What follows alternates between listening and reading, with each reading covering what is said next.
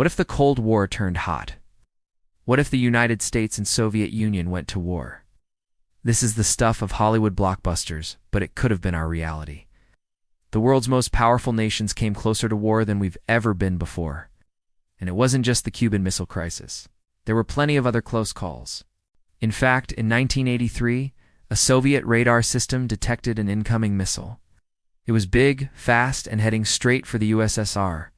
It was carrying a nuclear warhead, and there was no way to stop it. So the Soviets did the only thing they could. They sounded the alarm, sending messages to their forces to get ready to strike back. This was Code Red, the highest level of alert. All they needed was confirmation that the attack had come from the West. But that never came. Meanwhile, in a small South Korean village, American soldiers were celebrating the end of a long training exercise. They raised a glass to their hard work in the hot summer sun, but their celebration was short-lived. Suddenly, the ground beneath their feet began to shake. A huge B-52 bomber had crashed into a mountainside just beyond the horizon. Its nuclear payload had just exploded. It's hard to overstate how close this incident brought the world to nuclear war. It was a perfect crisis. All the ingredients for a devastating global conflict were there. But just as quickly as it began, it ended. The Soviets never confirmed the attack, meaning their retaliation never came. The Americans, unaware that they'd been targeted, never retaliated either. But why?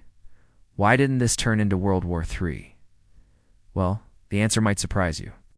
You see, even at the height of the Cold War, communication was possible between the two superpowers. There were direct lines between Moscow and Washington. In fact, just days before this incident, Reagan and Gorbachev had spoken. But as the saying goes, a week is a long time in politics. By the time the dust had settled, both leaders had changed their minds about just how much contact they wanted with each other. Reagan was worried that the Soviets would try and blackmail him over the nuclear accident.